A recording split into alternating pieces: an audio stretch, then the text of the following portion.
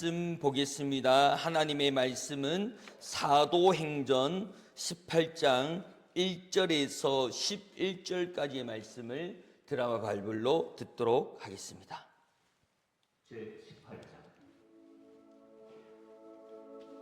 그 후에 바울이 아덴을 떠나 고린도에 이르러 아굴라라는 본도에 사는 유대인 한 사람을 만났다. 클라우디오가 모든 유대인을 명하여 로마에서 떠나라 한고로 그가 그 안에 브리스길라와 함께 이달리아로부터 새로 온지라 바울이 그들에게 강하다. 생업이 같음으로 함께 살며 일을 하니 그 생업은 천막을 만드는 것이다. 안식일마다 바울이 회당에서 근무하고 유대인과 헬라인을 돕는다. 실라와 디모데가 마게도냐로부터 내려오매 바울이 하나님의 말씀에 붙잡혀 유대인들에게 예수는 그리스도라 밝히 증언하니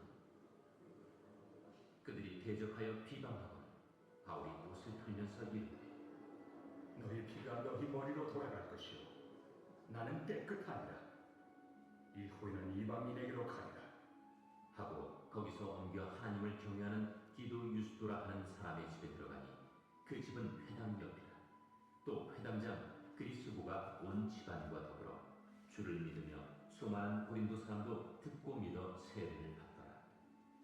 밤에 주께서 환상 가운데 바울에게 말씀하시되 두려워하지 말며 침묵하지 말고 말하라. 내가 너와 함께 있음에 어떤 사람도 너를 대적하여 해롭게 할 자가 없을 것이니 이는 이 성 중에 내 백성이 많으니라. 1년 6개월을 머무며 그들 가운데서 하나님의 말씀을 가르치니라. 아멘. 고린도라는 거대한 장벽이라는 제목으로 말씀을 나누고자 합니다. 우리 옆 사람과 한번 인사하겠습니다. 믿음대로 됩니다. 말하는 대로 됩니다. 기도하는 대로 됩니다. 네, 말하는 대로, 기도대로, 믿음대로 될 줄 믿습니다. 아멘.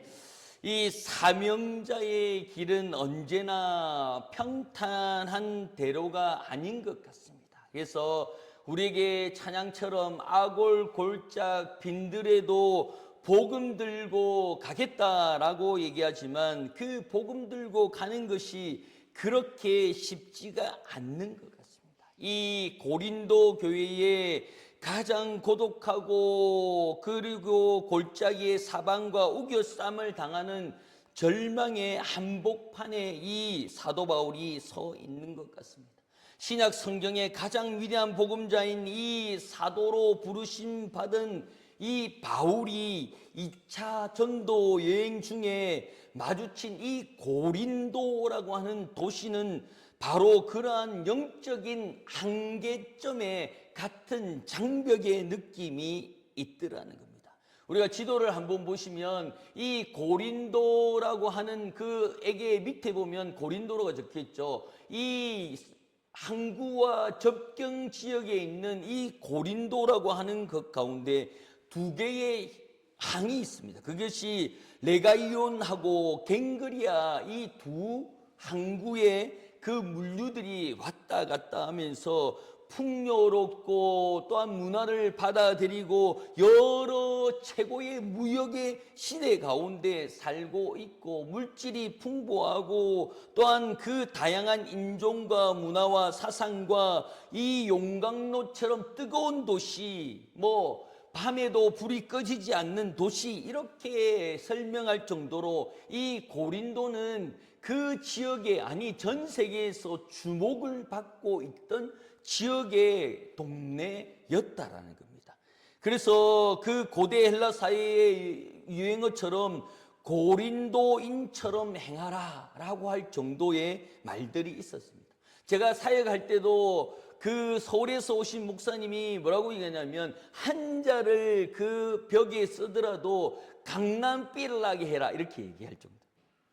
지금도 그 강남이라고 하는 부분들을 우리가 그 대명사로 아는 것은 잘 살고 화려하고 또한 돈 많은 사람들이 사는 동네 이 강남이라고 하는 것처럼 이 고린도 사람처럼 해라라고 얘기할 정도였습니다. 그 말에 두 가지 면이 있는데 하나는 가장 타락하고 방랑한 삶을 얘기들 하고요. 하나는 그 잘 사는 사람 동네의 삶처럼 얘기하고 있더라는 겁니다. 바울이 이 도시에 발을 디딜 때 그의 심신은 벌써 그로기 상태였다라는 겁니다. 빌립보의 수감과 또 수많은 매질과 데살로니가의 폭동과 또한 도피와 베레아에서의 추적, 그리고 지성의 도시인 이 아덴, 우리가 저번 주까지 봤던 그 아덴이라고 하는 동네에서 그 우상이 절비한 곳에서 복음을 전한다라는 것은 가히 그 사람들이 그냥 할 수 없는 거라는 거예요. 그래서 이 자리에서 말씀을 전한다라고 하는 것은 그 1시간 전하지만 그 마라톤을 뛰는 것 같은 그 전력의 힘들이 필요한 것이 이 강단의 그 강도권과 강도의 역할들이라는 거예요. 그러니 이 바울이 그렇게 수많은 곳에서 말씀을 전하는 가운데 말씀을 받아들이면 편하고 말씀을 받아들이면 뿌듯할 건데 가는 데마다 배척하고 가는 데마다 손가락질하고 가는 데마다 욕을 먹는 겁니다. 그러니 자신이 뒤돌아오는 가운데 그 심정은 얼마나 힘들었냐는 겁니다. 그래서 고린도전서 2장 3절에 이렇게 말씀합니다. 다 같이 한번 읽어보도록 하겠습니다. 22절부터 읽겠습니다. 내가 너희 중에 예수 그리스도 아무것도 알지 않기로 작정하였습니다. 내가 너희 가운데 거할 때에 약하고 두려워하고 심히 떨어노라. 아멘. 왜 그런 마음이 드냐면 갈 때마다 그 우상들과 갈 때마다 자기의 철학들을 얘기하는데 그 철학들이 고착되어 있는 거예요. 고정관념으로 꽉 차 있는 가운데 하나님의 살아계신 복음을 말씀하는데 우리의 마음 같은 하나님 말씀을 전하니까 역사가 이 자리에 일어났으면 좋겠습니다 라고 했을 때 이루어지면 얼마나 좋겠냐. 도깨비 방망이처럼 뚝딱 해서 뚱 하면 그것이 이루어지면 얼마나 좋겠냐는 겁니다. 그런데 그렇지 못한 거예요. 이 사도 바울도 다니면서 그렇지 못한 거예요. 핍박받고 조롱받고 너는 로마 사람인데 그따구 그런 짓을 하고 돌아다니느냐. 너는 가말리엘 1세인데 가문의 수치다 라고 할 정도로 비방을 받는 거예요. 그런데 본인은 내가 배웠던 그 가말리의 신학적인 부분들이 아닌 오직 믿음으로 말미암아 사는 것이 진짜다라는 것을 알고 있는 거예요. 그런데 그것을 나누는 가운데 그것을 잘 알지 못하는 거예요. 그것에 대해서 잘 인용을 하지 못하는 거예요.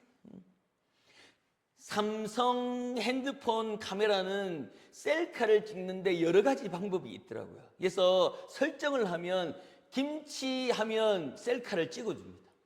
그리고 치즈 하면 찍어주는데 조금 지났지만은 손쉽게 찍는 방법은 뭐냐면 사진기를 앞에 들고 손바닥을 피면 셀카가 찍혀요. 그러니 이 방법을 우리 노인대학이나 우리 어른들한테 가르쳐 저렇게 이런 좋은 기능이 있으니까 이렇게 만지거나 흔들리지 말고 손바닥을 폈다가 이렇게 하면 사진이 찍혀요 라고 얘기합니다. 그러면서 그 방법을 가르쳐주는데 사진마다 뭘 하고 있냐면 손을 이렇게 들고 있어요. 손을 폈다가 하면 사진이 찍히면 손을 빨리 내려서 자연스럽게 찍으면 되는데 손을 이렇게 해서 손을 다 손바닥이 이렇게 하고 찍히는 거예요. 그러니 그 방법이 아니고 이렇게 했다가 손을 내려서 이렇게 웃으시면 됩니다 라고 얘기하는데 권사님들이 잘 안 되는 거예요. 사진마다 손바닥을 다 들고 있는 거예요. 엄마 왜 손바닥을 들고 있는데 목사님이 손바닥 들으라 했더라. 이렇게 또 얘기가 되는 거예요. 목사님이 왜 손바닥을 그게 아니고요. 요렇게 하면 찍히는데 그런데 그 집사님과 권사님들은 아이폰인 거예요. 그러니 그런 기능들을 얘기를 해줘도 잘 모르는 거예요. 그런데 그런 얘기를 하면 그렇게 받아들이고 딱 잘 찍는 분이 있는데 또 손바닥을 드는 부분들을 보면서 아니 그게 아니고요. 아니 그게 아니고 계속해서 그것에 대한 변명과 그것에 대한 반론을 제기를 해야 되는 거예요. 목사님 기능이 참 좋아요. 그게 참 좋아요 라고 얘기하는 것이 아니라 그렇게 하니까 안 찍힌다. 김치 했어도 또 안 찍힌다. 뭐 이런 얘기에도 안 찍힌다라고 얘기하는 계속 AS를 해줘야 되는 거예요. 그것이 뭐냐? 우리가 지금 예배드리는 이 예배가 AS라는 거예요. 왜? 하나님의 말씀을 따라 우리가 살아가는 가운데 이 사도 바울도 그 하나님의 복음 외에는 내가 발하는 것을 안 할게다라고 작정한 가운데 그 대중들 앞에 설 때에 나는 하나님의 복음이 있으니까 담대합니다라고 얘기하는 것이 아니라 밤잠도 못 자고요. 아침에 일어나서 강단에 서야 되나 말아야 되나 설 때 심호흡을 몇 번이나 하면서 그 앞에 서는 것이 뭐냐? 또 반대할까 봐. 또 다른 말을 할까 봐. 또 다른 것으로 인하여서 내 마음을 흔들까 봐 본인은 심히 들은 것입니다. 그리고 제일 중요한 것은 자기의 말로 자기의 일들로 설득하는 것이 아니라 자기가 성령의 나타남이 없을까 봐 심히 떨었다는 거예요. 그러니 하나님의 말씀이 우리가 전하는 것처럼 우리 다음 주에 그 장수 사진을 찍는데 장수 사진을 찍는데 오십시오. 돈 받는 거 아이가? 찍어주면서 돈 달라는 거 아이가? 아니에요. 그냥 오시면 찍어드립니다. 아니, 가보니까 또 돈 달라 하더만. 아니면 또 이렇게 하면 그냥 대충 찍어주더만. 이런 의심들이 있으니까 아니에요. 여러 가지 얘기들을 하게 되는 것입니다. 본문의 말씀을 보면 너희 피가 너희 머리로 돌아갈 것이라고 사도행전 6절에 말씀합니다. 18장 6절에 다 같이 읽겠습니다. 그들이 대적하여 비방하거늘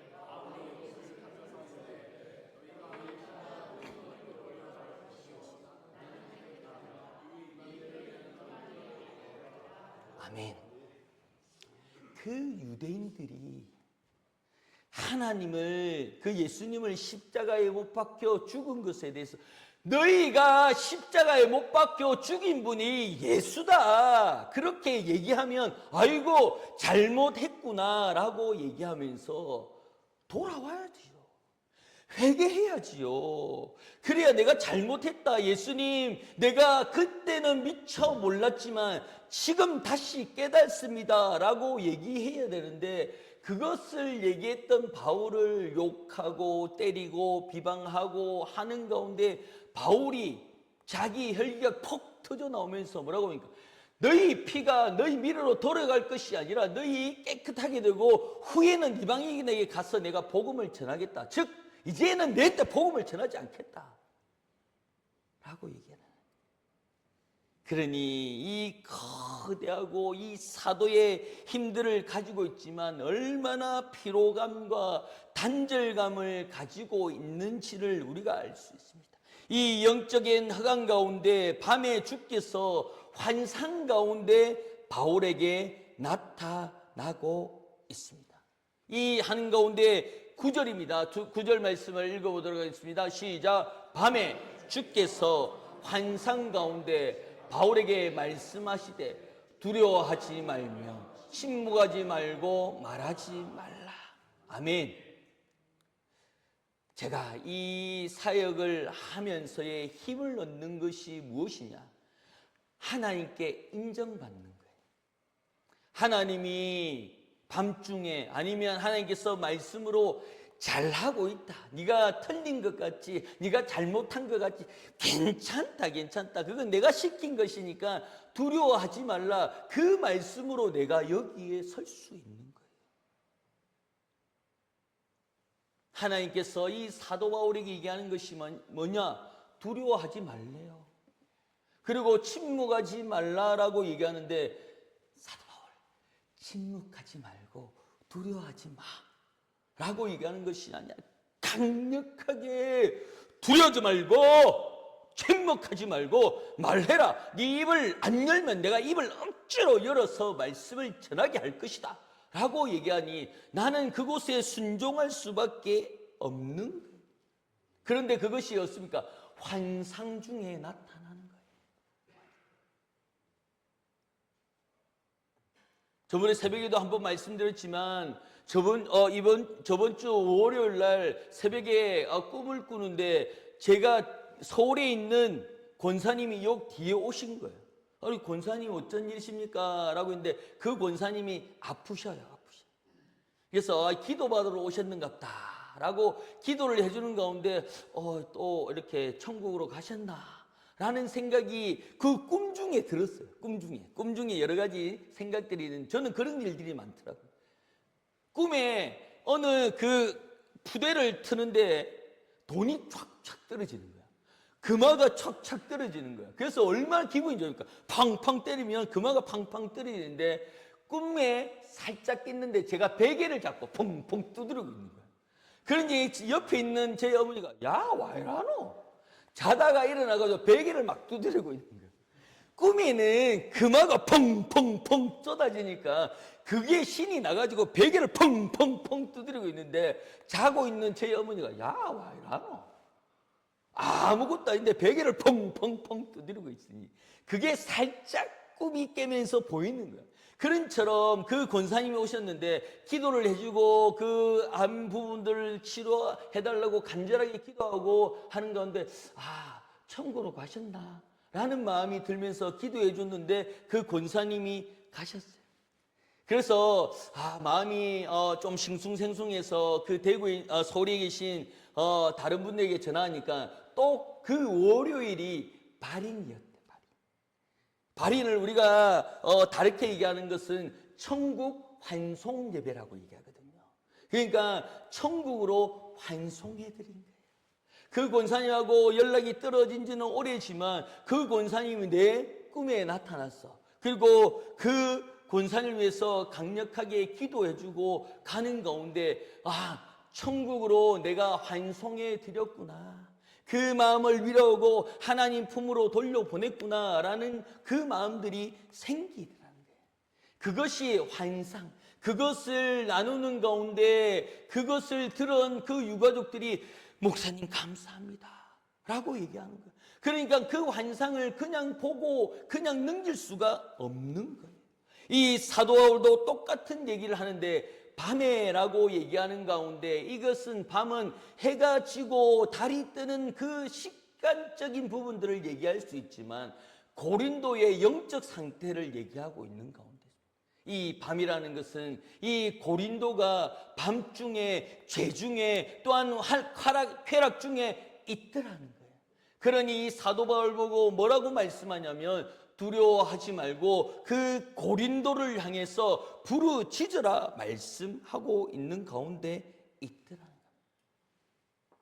겟세마네 밤이 그리했고 유다의 예수의 배반에 하는 그 배반의 밤중에 이른 것처럼 바울에게 이 고린도의 밤은 동족의 살해 위협과 이방인들의 냉소 속에서도 홀로 복음의 등불을 들고 있어야 하는 절대적인 고독과 또는 절대적인 외로움 속에 있더라는 겁니다.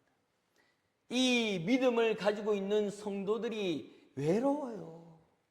힘듭니다. 어렵습니다. 왜? 유혹거리가 너무나 많더라는 거예요. 우리 옆 사람에게 한번 인사하겠습니다. 힘내세요. 제가 기도하고 있습니다. 외롭습니다. 어렵습니다. 이 좋은 시간에 이 귀한 시간에 이렇게 모여서 예배 드리는 것이 외로움뿐만 아니라 가족들에게 어디 가노? 교회 간다. 아이고 교회 갔다 온나? 어디 갈라 했는데 이런 얘기를 들으면 마음이 찝찝하고 마음이 별로 안 시원하고 놀러를 가고 마음을 담아야 되나 라고 하지만 하나님께서 그 마음을 위로하여 주시는 줄 믿습니다. 바로 그 밤에 주께서 환상으로 나타났지만 주님께서는 내 옆에 있는 줄 믿습니다. 주님께서 나와 함께하는 줄 믿습니다. 그 믿음 때문에 내가 여기에 서 있더라는 거예요. 그러므로 그 주님의 첫 일정의 강력함이 뭐냐? 두려워하지 말라라고 말씀하고 있습니다. 이 명령은 헬라어의 문법 가운데 지금 부단히 겪고 있는 그 두려움을 이제 멈춰라 라고 하는 명령 가운데 그 일들 가운데 그 두려움이 있는 가운데 그 두려움을 멈춰라 라고 강력하게 말씀하면서 이 신학적인 용어 가운데 두려워하지 말라라고 하는 것은 어떻게 얘기되냐면 구약 성경에 여호와 하나님께서 자기 자신들의 종들을 부르시거나 그들이 감당할 수 없는 전쟁이나 위기 가운데 주님께서 그 앞에서 그 군중들에게 얘기하는 것이 뭐냐? 두려워하지 말라라고 얘기하는 것. 그 여리고 성 앞에서 두려워하지 말라, 아말렉 전쟁에서 두려워하지 말라라고 하는 그 지시적인 명령과 동일한 말이 두려워하지 말라라는 뜻입니다. 그래서 주님이 바울에게 하신 것은 고린도의 영적 전쟁의 주권이 바울에 있는 것이 아니라 역사를 주관하시는 그리스도께 있음을 명령을 받는 것입니다. 우리가 이 주일날 예배를 드리고 나아가서 세상을 향하여 나아가지만 그 세상을 향하여 나아가는 가운데 분명한 하나님이 두려워하지 말라라고 말씀하여 주시는 가운데 있더라는 거예요.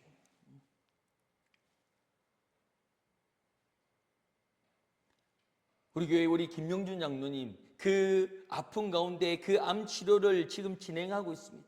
그런데 그 치료 과정이 만만치 않대요. 6차례나 그 주사를 맞아야 되는데 너무 아파서 2차에서 그만두는 사람이 수두룩 빽빽하대요. 그 정도로 아플 것 같으면 그냥 그 방광을 떼어내고 그냥 오줌볼을 차고 다니는 게 낫지 너무 아프대요. 이렇게 얘기해도 이해가 잘 안 가시잖아요. 왜? 안 아파봤으니까. 안 경험해봤으니까. 그런 체험을 안 해봤으니까. 우리 장로님도 가시기 전에 목사님 이렇게 아프면 저도 그렇게 하고 싶어요. 그 서울이 가까운 거리도 아니고 3시간 동안 왔다 갔다 해야 되는데 그 통증 때문에 어렵고 힘들고 그 지금까지도 많이 힘들고 밤에 그 밤잠을 설칠 정도로 통증이 있었다. 그렇지만 믿음을 가지고 기도하는 가운데 하나님께서 이 말씀과 동일하게 두려워하지 마십시오. 하나님이 함께 하십니다. 제가 우리 장로님 그 병원 가시기 전에 그 통증이 저한테 와가지고 제가 죽을 뻔했습니다. 왜? 우리 사랑하는 우리 성도님들이 아픈 부분들이 저에게 전해져요. 그래서 이 예배를 드리는데 너무 방광이 아픈 거예요.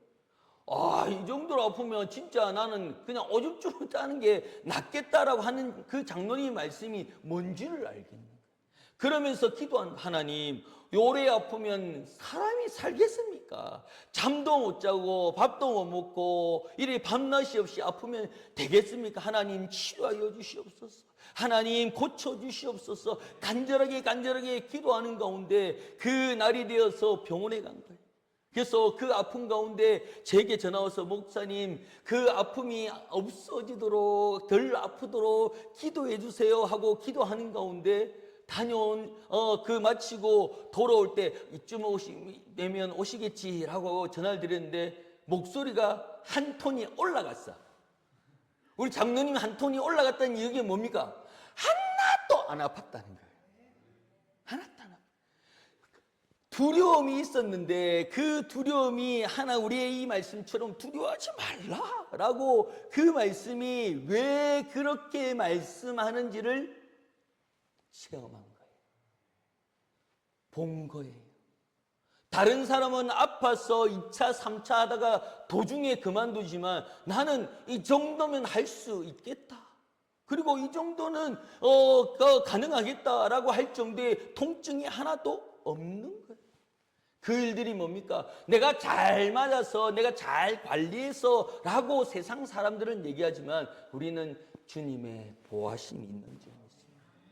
하나님의 만지심이 있는 줄 믿습니다. 그 일들이 왜 일어납니까? 그 일들이 왜 진행됩니까? 내가 예수를 믿기 때문이고, 예수님이 내 삶에서 환상으로 나타나서 그 환상 가운데 내가 믿음을 굳게 다져가고 있는 줄 믿습니다.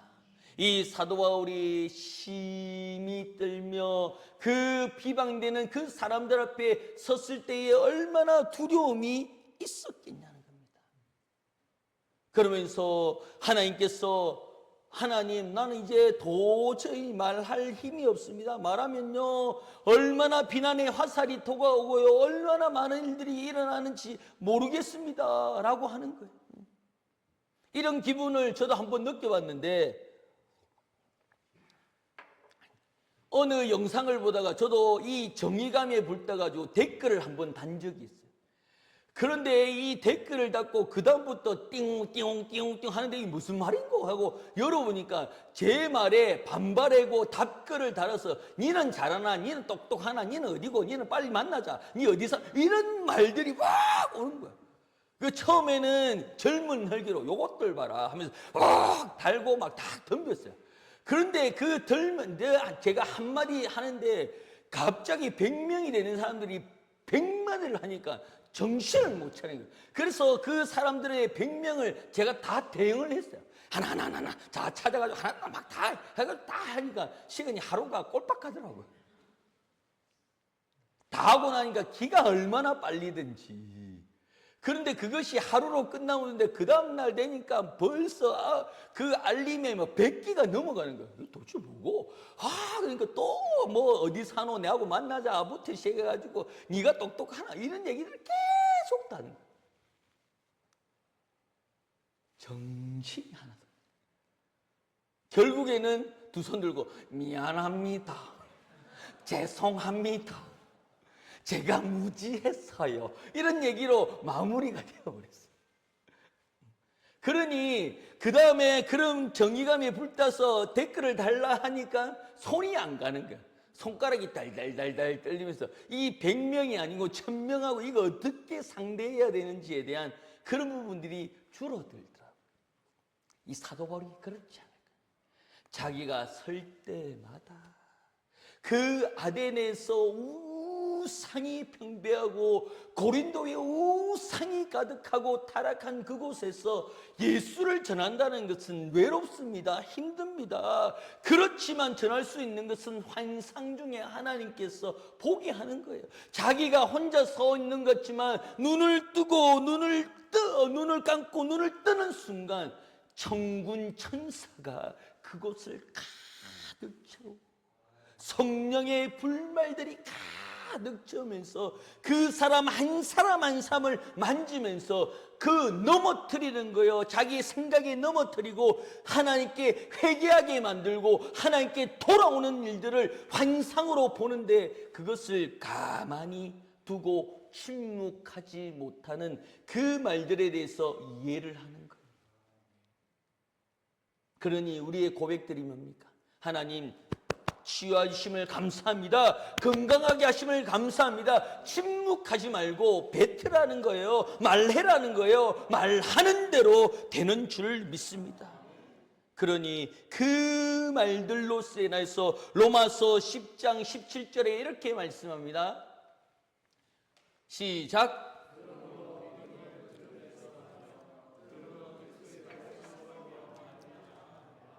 아멘.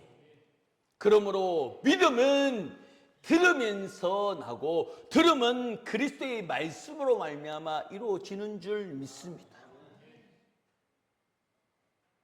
그 사도 바울의 고백처럼 내가 침묵하지 말고 예수를 전하고 예수를 나눔을 통하여서 이 모든 일들이 이루어지는 줄 믿습니다. 하나님께서 침묵하지 말라라고 말씀하여 주셨던 그 말씀의 문맥이 뭐냐면, 그 사도 바울이 더 이상 회당에 복음을 전할 수 없게 되면 6절에 이렇게 말씀합니다. 우리 위에 앞에 넘겨주시면 6절입니다. 6절 시작. 그들이 비방하여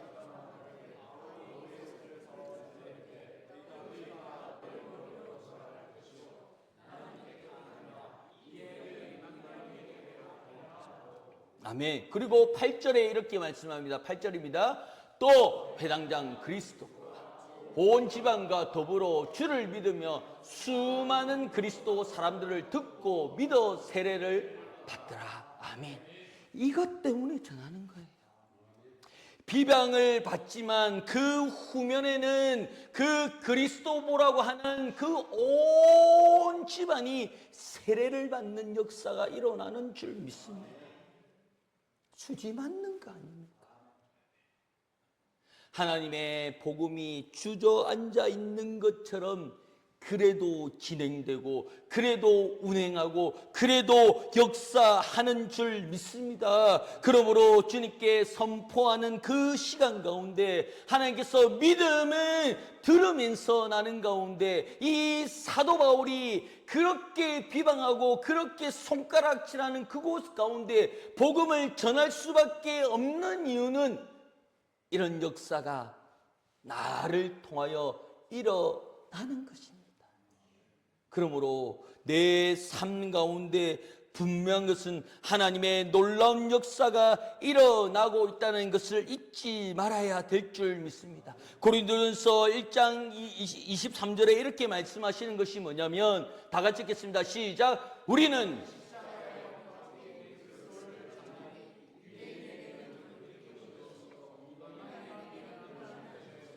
아멘. 예수님은 십자가에 못 박혀 죽어야 됩니다. 왜냐? 나의 죄 때문에 죽어야 되는 거예요. 그런데 이것이 유대인들에게는 꺼리낌이 되고 이방인들에게 미련한 것이 되는 것이지만 나에게는 유익이 되는 줄 믿습니다. 나는 생명을 살리는 일인 줄 믿습니다. 예수 그리스도가 십자가에 못 박혀 죽임을 통하여서 내가 이 십자가를 통하여서 이 예배당에서 믿음을 가지고 서 있는 거예요. 그리고 하나님께서 지옥에 보내지 않고 천국의 시민권을 보내며 그 시민권으로 살아가라고, 성도로 살아가라고 힘주시고 능력 주시고 밀어주고 있는 줄 믿습니다. 그러므로 그 일들 가운데 이뤄가시는 줄 믿습니다. 영국의 대부흥사인 존 웨슬러라고 하는 그 분이 있는데, 이 존 웨슬러의 그 제자가 누구냐면 존 웨슬리입니다. 우리 사진 한번 보시면 이분이 존 웨슬리인데요. 이분이 감리교의 부흥 강사예요.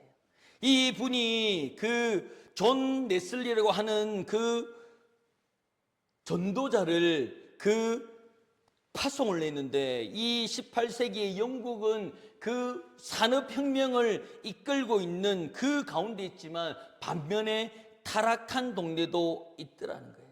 그래서 그 사람이 그 전도의 능력을 받아서 그 암울한 지역에 전도를 하게 되는 가운데 있는데, 그 침묵의 밤에 존 웨슬러의 성령의 강림을 받아서 내 사역은 여기서 끝인가? 내가 왜 여기에 있는지, 내가 왜 여기서 쓰임을 받고 있는지에 대한 두려움을 가지고 있는 가운데 있었다는 거예요. 그래도 그 침묵 가운데 그 밤에 환상 중에 하나님께서 나타나셔서 그 말씀을 전하지만 그 사대혁명에 있는 그 사람들이 그 존 웨슬리를 강제징용해서 보내버리는 거예요. 왜? 말씀이 듣기 싫어요. 복음이 듣기 싫어요.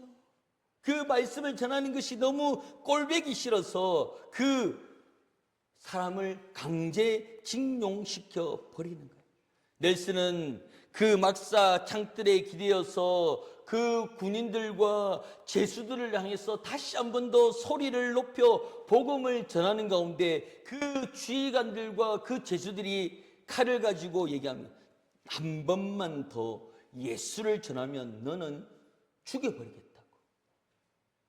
더 이상 그 입으로 예수를 못 전하게 내가 할 것이다 라고 한 가운데 이 존 넬슨이 뭐라고 얘기하냐면, 내 목숨은 거두어 가실 수 있지만 내 입에 담겨 있는 예수 그리스도의 복음의 진리는 멈출 수 없다. 내가 입을 다물게 할지라도 다른 사람이 복음을 전할 것이고 다른 사람이 진리를 전할 것이다 라고 얘기하며 강력하게 복음을 전하는 결과, 그 타협 없는 선포 앞에 그를 괴롭히던 군인들과 간수들이 눈물을 흘리고 회개하기 시작하고, 그침없던 막사는 부흥의 발원지가 될 정도로 날마다 찬양하며 찬양이 끊이지 않는 막사와 공간이 되었다라는 그 일막의 이야기들이 있는 가운데 있습니다. 사탄은 우리를 넘어뜨리려고 합니다. 사탄은 우리를 주저앉게 합니다. 여러 가지 이유가 있습니다. 건강도 있고요, 물질도 있고요, 시간도 있고요, 여러 가지 일로 좌절시킬 수밖에 없다라는 겁니다. 그러나 내가 주저앉아 있으면 주님께서 나에게 말씀하여 주신 것이 침묵하지 말라라고 명령한 것을 내가 어기는 거예요. 환상 중에 나타나서 나를 떠밀러 가며 세웠던 그 말씀을 주저앉게 되어 버리고 만다라는 겁니다. 우리에게는 거대한 장막이 있습니다. 그 사도 바울에게도 고린도라고 하는 거대한 장막이 있습니다. 하지만 하나님은 그 장막을 넘어 역사하시는 줄 믿습니다. 내 앞에 있는 그 장막을 넘어서 하나님께서 역사하시는 줄 믿습니다. 내가 보는 가운데 그 장막은 높아요. 그 장막은 높아서 넘어갈 수가 없어요. 하지만 그 가운데 있지만 하나님께서 물을 채워서 그 나를 둥둥둥둥둥둥 떼우는 순간, 어느 순간 그 물이 장막만큼 차고 오르면 그 높았던 장막은 내 발 아래 있는 거예요. 하나님께서 은혜의 물길로 내가 그곳을 견디고 참고 나아가는 가운데 나도 모르게 하나님께서 물을 채워서 성령의 물로 채워서 둥둥둥 띄워서 그 장막이 내 발 아래에서 축복을 받는 그 시점이 생기는 줄 믿습니다. 그러므로 우리 교회가 은혜가 넘쳐야 될 것이 뭡니까? 이 밑에 은혜 받아야 될 동네가 있잖아요. 요거 우리가 교육관으로 찜했던 거 요거. 왜? 우리의 은혜가 넘쳐야 둥둥둥둥 그곳이 물에 잠기고 우리의 발 아래, 그리고 우리가 그것을 덮어나가. 그러니 우리 성도들이 잘 돼야 될 줄 믿습니다. 믿음대로 될 줄 믿습니다. 말하는 대로 될 줄 믿습니다. 그 일들로 인하여서 놀라운 축복이 일어나는 줄 믿습니다.